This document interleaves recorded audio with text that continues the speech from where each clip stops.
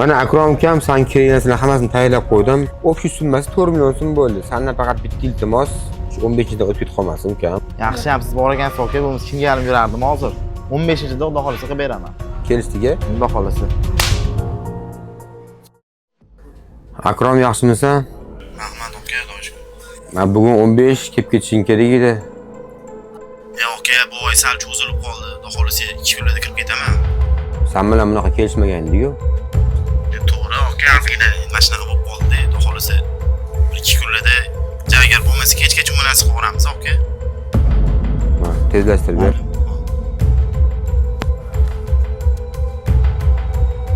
Kim? Siz apchasida shuni bo'tga tiqib yuboringlar. Pesol.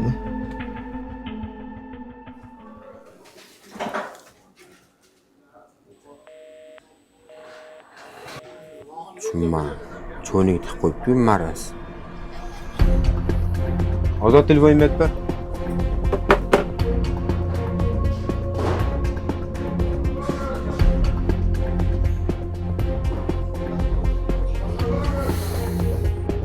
Alo. Akrom yaxshimisan? Rahmat, kim bu? Nimaga men telefonim cho'niga tiqib qo'yib qochib yuribsan?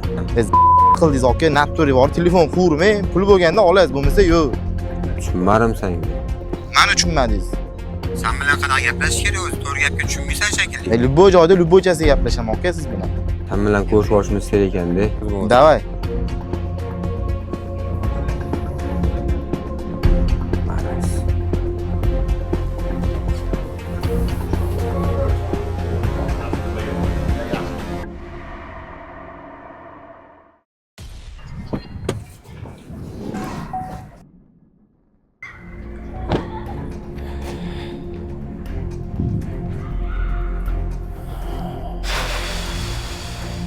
Shu yoqqa keldingizmi aka, pulingizni so'rab.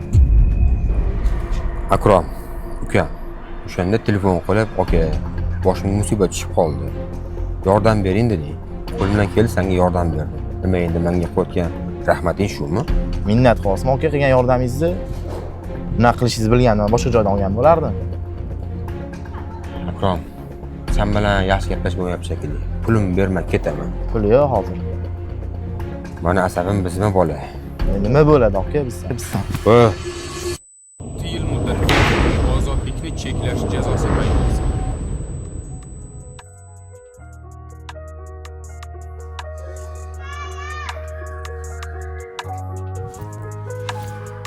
Sanada qo'limni qonga belagim kelmayapti. Insof bermasa qiyin ekan. Savobaga